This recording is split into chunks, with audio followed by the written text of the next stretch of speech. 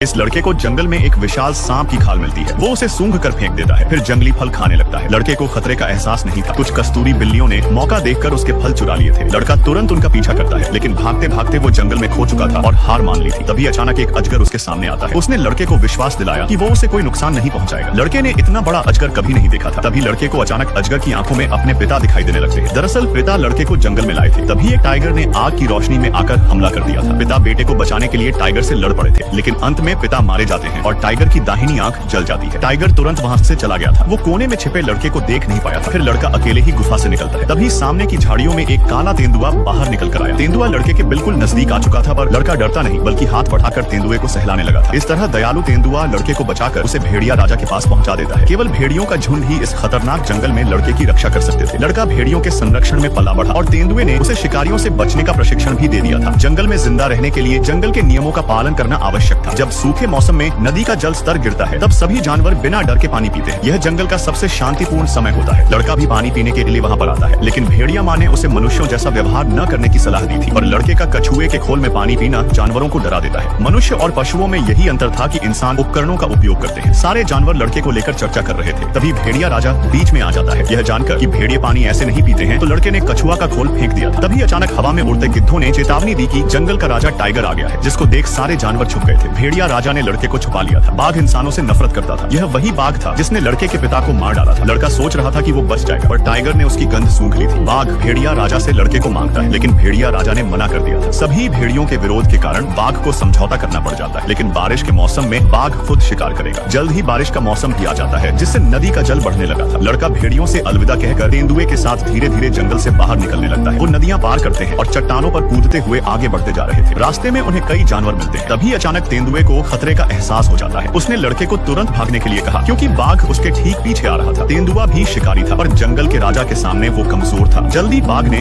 उसे पटक दिया था। उस बीच लड़का दूर भाग जाता है, लेकिन बाघ उसे पकड़ने ही वाला था कि तभी अचानक भैंसों का झुंड आकर बाघ को फेंक देते हैं। लड़का भी खाई में उतरकर छिप गया था। बाघ और लड़के के बीच भैंसों का झुंड था। तभी लड़के ने भैंस का सींग पकड़ा और उनके साथ दूर चला गया था, जिसके बाद बाघ अपना सारा गुस्सा भेड़ियों पर निकालने लगता है। भेड़ियों ने सोचा कि लड़का जा चुका है, इसलिए